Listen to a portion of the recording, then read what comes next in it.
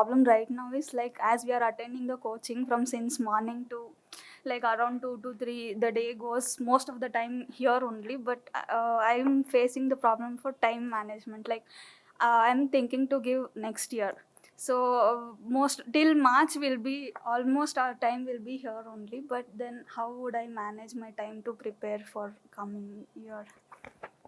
So I actually went through the same situation because 2019 I started with the coaching itself. So initially it was just coaching and my optional coaching also started at the same time. So almost 6 to 8 hours, almost 6 to 8 hours used to go just for coaching. So at that time, the best you can do is, other than the coaching time, just try to get 6 hours. This does not include your newspaper reading.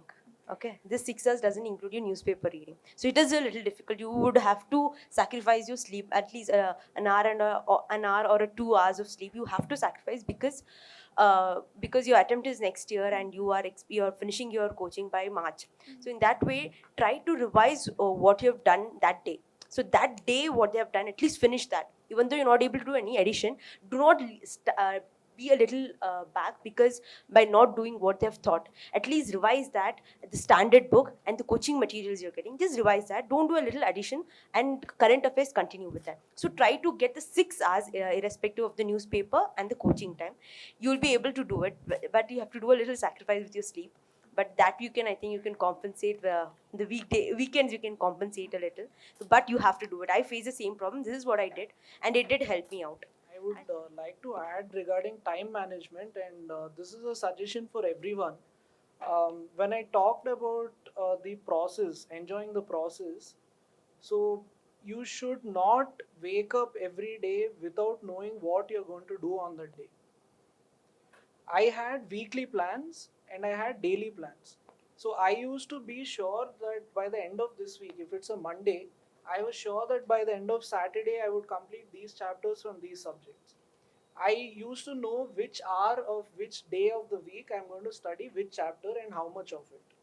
So if you can get to that detail, time management becomes very easy. And I have lost track of that. So when my semester exams used to come, or when I used to go on trips with friends, or when I have to help some friend for placements and all, I used to lose my the process used to get messed up.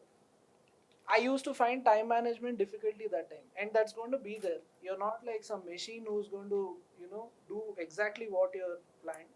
But if you have a plan, you should also have a buffer of 1 or 2 hours every day, which is unplanned.